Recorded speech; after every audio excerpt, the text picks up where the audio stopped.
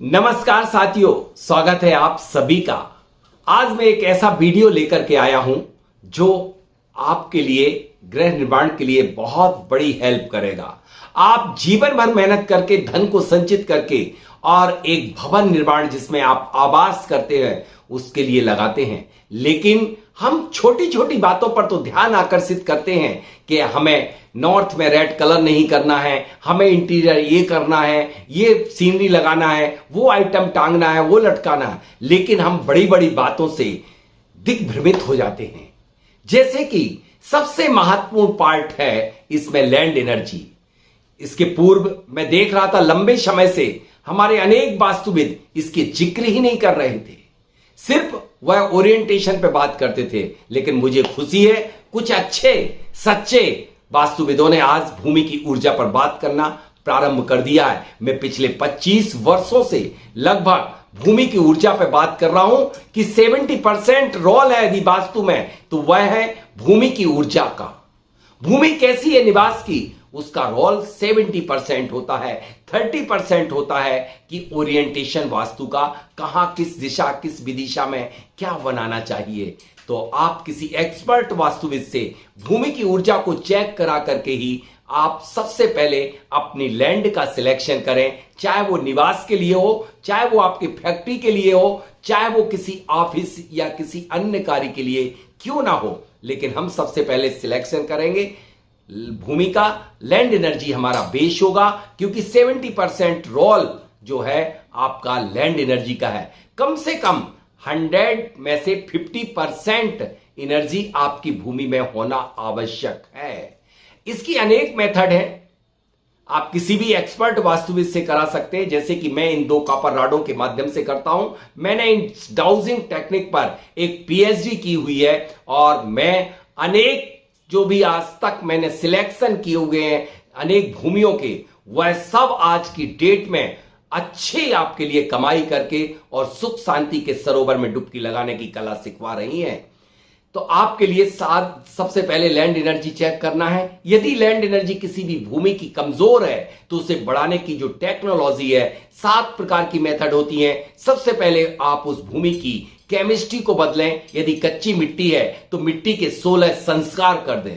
यदि यह भी संभव ना हो तब आप उसमें मिनरलॉजी करें, यानी क्रिस्टलाइज क्वार्ट्ज डाल दें, उसमें पिरामिड डालें, और सॉइल है तो उसमें मरकरी इंजेक्शन मेथड करें। यूं तो बहुत होती है मंत्रलॉजी, एंथोलॉजी, पिरामिडलॉजी, जेमलॉजी, मर्कोलॉजी, मिनरलॉजी, अनेक मेथड होती हैं। लेकिन आपके लिए ब्रह्म सूत्र दे रहा हूं कि आप एनर्जी को बढ़ाने के लिए 3 मेथड ही कर लें। या तो मिट्टी के 16 संस्कार कर लें तो कुछ करने की जरूरत नहीं होती। तो ये हुआ पहला पॉइंट हमारा। लैंड की एनर्जी को आपको इंप्रूव बूस्ट करना है। उससे आपका ओरिएंटेशन यदा कदा कहीं कोई गड़बड़ी हो जाती है या आपके एलिमेंट का संतुलन नहीं होता है और जियोपैथिक एनर्जी यदि ज्यादा हो जाती है तो वह जियोपैथिक एनर्जी आपके लिए सरवाइव करा देगी पूरे जीवन भर। मैंने अनेक स्थलों पर देखा है जहां पर ओरिएंटेशन वास्तु के विपरीत है लेकिन वहां की एनर्जी अत्यधिक पाई गई, तो वहां पर कितने भी दोष होने पर भी कोई तकलीफ नहीं पाई गई। आप भी दूसरा पॉइंट है कि जिस भूमि पर आप भवन या फैक्ट्री या कोई भी किसी भी तरह का निर्माण करने जा रहे हैं उस भूमि का शिलान्यास का मुहूर्त, वह मुहूर्त का आपको ध्यान रखना है गृह स्वामी की राशि से। और इसके साथ साथ ध्यान रखना आपको मेथड से, मेथड में क्या क्या सामग्री का प्रयोग करना है। जिस तरह से 5 शिलाएं रखी जाती हैं, बड़ी शिलाएं रखी जाती, कूर्म इत्यादि शिलाओं को स्थित किया जाता है, एक कलश स्थित किया जाता है जिस पर जलता हुआ गाय के घी का दीपक रखा जाता है। यदि वो सही मुहूर्त और सही स्वर के, चंद्र स्वर के, सगुण के जल तत्व या पृथ्वी तत्व में रख करके और पैक कर दिया जाता है तो वह दीपक 100 ईयर तक जलता रहता है। जितनी उस ग्रह की, उस भूमि की, उस भवन की आयु होती है उस आयु को पूर्ण कराता है वह आपका जलता हुआ दीप। तो यह विधि आप याद रखेंगे, ध्यान रखेंगे कि शिलान्यास श्रेष्ठ मुहूर्त में ही विधि विधान पूर्वक संपन्न किया जाए। अब तीसरा पॉइंट है आपके लिए कि ब्रह्म स्थान। कई लोग क्या करते हैं कि ब्रह्म स्थान पर ही पूरे के पूरे सैंड का ढेर लगा देते निर्माण होते वक्त, या ईशान या नॉर्थ या ईस्ट पे लगा देते हैं, वह कार्य वहीं तत्काल रुक जाता है। आपको ब्रह्म स्थान निर्माण के समय खाली रखना है, निर्माण के उपरांत भी खाली रखना है। और मैं तो आपसे कहना चाहता हूं कि ब्रह्म स्थान पे एक ब्रह्मास्त्र बता रहा हूं, जो कि वैदिक वास्तु कहती है कि ब्रह्म नाभि बना देना चाहिए। ब्रह्म नाभि यदि आप शिलान्यास के बाद यदि आप अपनी भूमि में, अपने भवन में उसी समय ब्रह्म नाभि बना देते हैं तो ब्रह्म स्थान स्टेबल होकर के आपके लिए आपके निर्माण की गति को कई गुनी बढ़ा देता है। आप उस भूमि को पंचगव्य से, सप्तमिदा से और पंच नद्य स्नान करा के, गोबर का लेपन करा के, और आप उसमें 9 पिरामिड रत्न और 8 कमल स्वर्ण युक्त रख करके उसे पैक कर दीजिए। देखिए आपको जीवन भर क्या एनर्जी प्राप्त होगी। यह है आपकी ब्रह्म नाभि। लेकिन ब्रह्म स्थान पे कभी टॉयलेट मत बना देना, गड्ढा मत खोद देना, अग्नि मत जला देना, शयन मत करना। यदि आप ये सब करोगे तो कभी भी ब्रह्म स्थान के रिजल्ट आपको सही प्राप्त नहीं होंगे। अब इसके बाद चौथा पॉइंट आता है मेन डोर। इसे मैं मेन डोर नहीं बल्कि एनर्जी डोर कहता हूं। यही तो लाता है सारी कॉस्मिक एनर्जी को। जियोपैथिक एनर्जी के लिए आपने उस भूमि को ऊर्जावान बनाया था, लेकिन कॉस्मिक एनर्जी को आपके हर घर में, संचार रूम में यदि आपको देता है तो वह दिलाने वाला होता है आपका मेन डोर। मेन डोर को आप, कई लोग ऐसा करते हैं कि बोले मेरा तो उत्तर मुखी नॉर्थ फेसिंग है, लेकिन वो N6, N7, N8 में बना देते हैं। लेकिन मैं कहता हूं दक्षिण और पश्चिम में भी यदि सही स्थान पर W4 और S4 पर बन जाता है तो वह नॉर्थ का N6, N7 या E6, E7 से भी अच्छे परिणाम देता है। तो सही पद पर चयनित करें आपका अपना मेन डोर। लेकिन मेन डोर में 3 बातों का ध्यान रखें कि मेन डोर के सामने कभी भी कोई भी गड्ढा नहीं होना चाहिए, कभी भी कोई टी नहीं होना चाहिए, और द्वार भेद यानी कि खंबा इत्यादि नहीं होना चाहिए। इसके बाद दहलीज की स्थापना श्रेष्ठ मुहूर्त में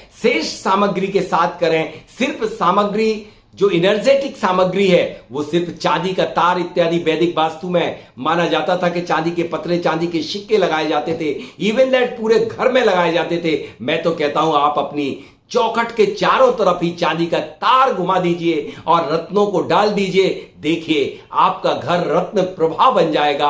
वह सारी एनर्जी को मल्टीप्लाई कर देगा। रत्नों की एनर्जी मिश्रित होकर के आपके पूरे घर में ऊर्जा का संचार करा देगी। अब मैं बात करूंगा एनर्जी डोर के बाद अति मर्म स्थान।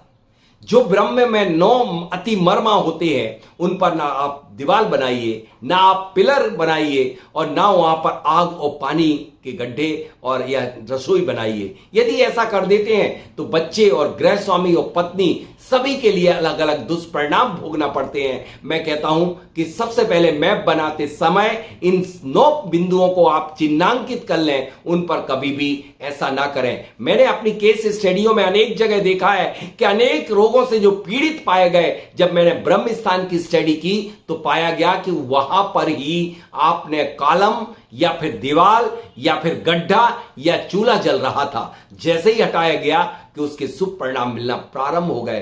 तो अति मर्मा ये अति खतरनाक होते हैं। उन पर यदि आप कॉलम इत्यादि उनका छेदन भेदन कर देते हैं। अति मर्मा के बाद आती है बात कि जो सबसे महत्वपूर्ण होती है फायर एलिमेंट। रसोई घर आपको साउथ ईस्ट में या साउथ ईस्ट में ही बनाएं। भूल करके भी आप कभी साउथ वेस्ट और नॉर्थ ईस्ट में ना बनाएं, वरना बहुत बड़े दुष्परिणाम भोगना पड़ते। अब नॉर्थ ईस्ट और साउथ वेस्ट का भी ध्यान रखना और शयन कक्ष का ध्यान रखना बहुत आवश्यक होता है। नॉर्थ ईस्ट में पूजा घर बनाया जाता है, अंडरग्राउंड वाटर टैंक बनाया जाता है, पानी और, लेकिन अग्नि वहां पर और टॉयलेट इत्यादि ना बना दें। इसी तरह से साउथ वेस्ट को खाली ना रखें। हमेशा ही कई लोगों ने क्या किया कि वहां पर गेस्ट रूम बना दिए साउथ वेस्ट में, या साउथ वेस्ट में टॉयलेट बना दी, साउथ वेस्ट में आपने फायर यानी कि किचन बना दिया, रसोई बना दी, तो कभी स्वाद ना आना, घर में अशांति फैला देते हैं ये सारी चीजें। तो आप इस बात का ध्यान रखें, किचन का, रसोई घर का। अब लास्ट बात आती है कि आपको ध्यान रखना है कि आपके घर में पूरी की पूरी एनर्जी प्रोटेक्ट रहे। तो आप अपनी भूमि को जब गृह प्रवेश श्रेष्ठ मुहूर्त में करें तब उसका प्रोटेक्ट कर लें, यानी 4 मरकरी की कीले पिरामिड और स्वास्तिक से पूरी तरह से भूमि प्रोटेक्ट कर लें, यानी कीलन कर लें। इसे कहते हैं वैदिक वास्तु में कीलन विधि कोई भी नेगेटिव एनर्जी को कभी भी नहीं आने देता है। क्या आप वैदिक वास्तु में रुचि रखते हैं, अपनी समस्त समस्याओं के समाधान चाहते हैं, तो जुड़िएगा हमारे साथ प्रत्येक रविवार को हमारे YouTube चैनल जियो वास्तु में रात्रि के 8 बजे। आप पाएंगे वैदिक वास्तु का एक रोचक विषय हाफ एन आवर के लिए, और आधा घंटे में आप कमेंट्स बॉक्स में लाइव में लिखिएगा अपनी शंकाएं, और सभी शंकाओं का पाएंगे समाधान। आप जुड़े प्रत्येक रविवार को और लोगों को जोड़ें।